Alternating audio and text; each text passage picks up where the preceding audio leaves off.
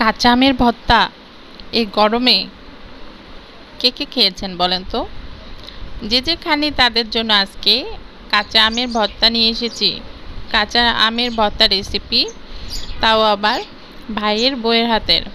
আসসালামু আলাইকুম আ রহমতুল্লাহি বারাকাতুহু। কেমন আছেন সবাই? আশা করি আল্লাহর রহমতে সকলে অনেক বেশি ভালো আছেন। আলহামদুলিল্লাহ, আমিও আল্লাহর রহমতে ভালো আছি। আমের সিজনে আম পাওয়া যায় না, এটা তো মানে অবাক কথা। যে কোনো জায়গায় আপনারা কাঁচা আম পেয়ে যাবেন, তবে একটু বেশি দামে। এখন অবশ্য দামটা একটু বেশি। তো কাঁচা আমের ভর্তা খেতে যে কতটা মজা, সেটা যারা খেয়েছেন তারাই বুঝতে পারবেন। আজকে দেখতেই পাচ্ছেন কাঁচা আমের ভর্তা বানানোর রেসিপি নিয়ে এসেছি। ভাইয়ের বউয়ের হাতের কাঁচা আমের ভর্তা। প্রথমে এটা ছিলে নিয়েছে, তারপরে ধুয়ে নিয়েছে, এখন হচ্ছে একটি কাটার দিয়ে কেটে নিচ্ছে। আপনারা কিন্তু ইচ্ছে করলে এই কাটারটার অন্য যে পাশটা আছে, মানে আরও চিকন করে কাটার, সেই কাটারটা দিয়েও কাটতে পারেন, কিন্তু সেটা দিয়ে কাটলে একটু নরম বেশি হয়ে যাবে, থেতো থেতো ভাব চলে আসবে। যার কারণে এখন এই কাটারটা দিয়ে কাটা হচ্ছে। আবার ইচ্ছে করলে দা দিয়ে কাটা যাবে, যে কোনোভাবে, যে কোনো সাইজে, একটু মোটা করে বা একটু পাতলা করে স্লাইস স্লাইস করে কাটা যাবে। আসলে এটা যার যার পছন্দ মতো কেটে নেবেন। তবে আজকে শুধুমাত্র আমি এটাই দেখাবো যে কিভাবে করে আমের ভর্তা করতে হয়, কী কী দিতে হয় কাঁচা আমের ভর্তা করতে হলে।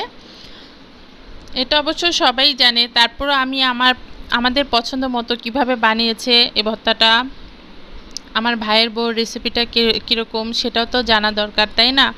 সেটাও দেখা দরকার। তো দেখতে থাকুন বন্ধুরা।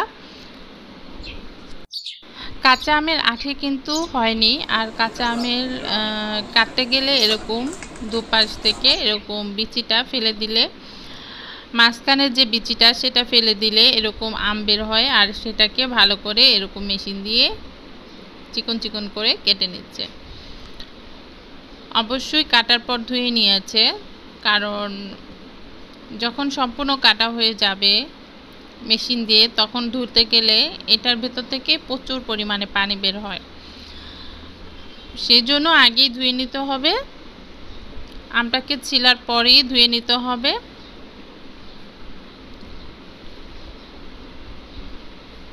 তো বন্ধুরা, কাঁচা আমটাকে কিভাবে কেটে কেটে আস্তে আস্তে করে সবগুলো আম কেটে নেবে, দেখতে থাকুন ভিডিওটি। আর অবশ্যই এত মজাদার রেসিপি বাসায় অবশ্যই ট্রাই করবেন। শুধু দেখলেই হবে না, অবশ্যই শিখে নিন, অবশ্যই এভাবে বানাবেন।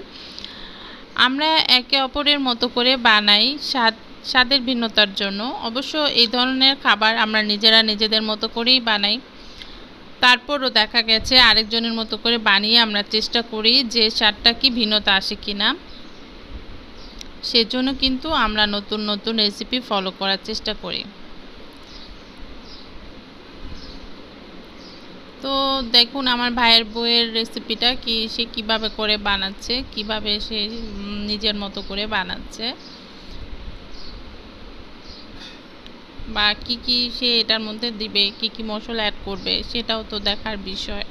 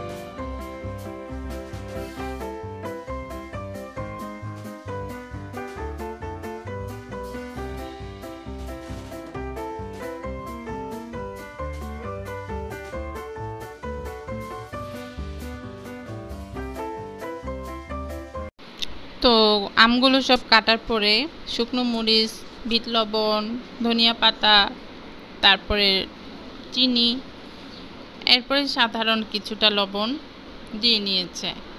এখন মাখার পালা, আর কোনো ঝামেলাই নেই, এখন শুধু মেখে খাওয়ার পালা। তো বন্ধুরা, আমার এই ভিডিওটি যাদের কাছে ভালো লেগেছে তারা অবশ্যই একটি লাইক দিয়ে দিবেন আর আমার চ্যানেলটিকে সাবস্ক্রাইব করে রাখুন। আজকে এখানে বিদায় নিচ্ছি। আসসালামু আলাইকুম।